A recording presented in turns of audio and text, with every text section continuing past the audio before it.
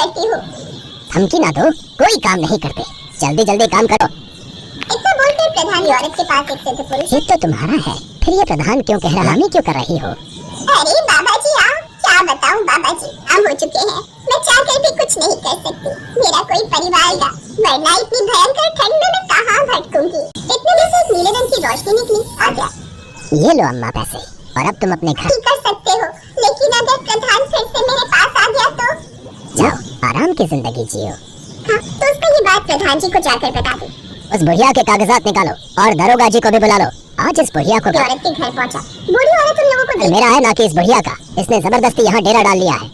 जब दरोगा ने कागज देखा तब, अरे प्रधान जी, अम्मा, ये घर और गांव में जो आपका खेत है वो सब अभी भी आपके नाम पर ही है। अगर कोई भी आपको परेशान करे ना तो आप मुझे बताना। चमत्कार है, जरूर उस बुढ़िया को सिद्ध बाबा कहे और उन्होंने ये चमत्कार कर दिया। क्या इसका मतलब वो सिद्ध बाबा इस गांव में फिर से लौट आया है? उसका चमत्कार उसके हीरे में है, किसी तरह उसका हीरा चुरा लो, वरना गांव में। अब वो सिद्ध बाबा उसी गांव में एक आश्रम बनाकर रहे हैं। गांव वालों, बाबा यात्रा से लौट आए हैं। प्रधान का मुनीम भी वहीं से गुजर रहा था, उसने भी ये सब देख लिया। इतने ढेर सारे पैसे, खाने का सामान। मगन थे, तभी वहाँ पर मुनीम आया। उसने देखा उनके बगल में ही हीरा चमक रहा था।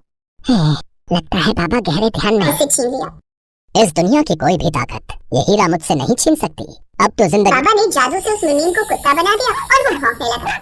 अब वो अगले दिन प्रधान अपने सभी आदमियों को लेकर सिद्ध बाबा के कर मारने लगा। उनका क्रोध इतना तेज था कि उसका हमें क्षमा कर दीजिए, आप पूरे गांव को डुबा दीजिए, लेकिन मेरे घर को बचा लीजिए किसी तरह। उस हीरे से नीले रंग की कड़कड़ाती हुई रोशनी निकली, जिससे पिता और सलिया ये उड़ता हुआ हाथों पानी का कोई असर ही नहीं हो रहा। नीचे देख, उसे उसके कर्मों की सजा तो मिलती ही है।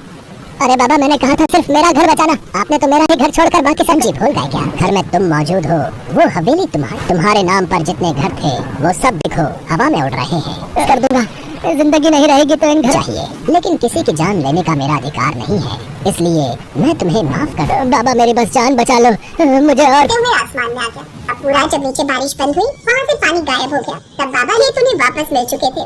उस दिन के बाद सभी लोग उस गाँव में मिलजुल कर हंसी खुशी रहने लगे।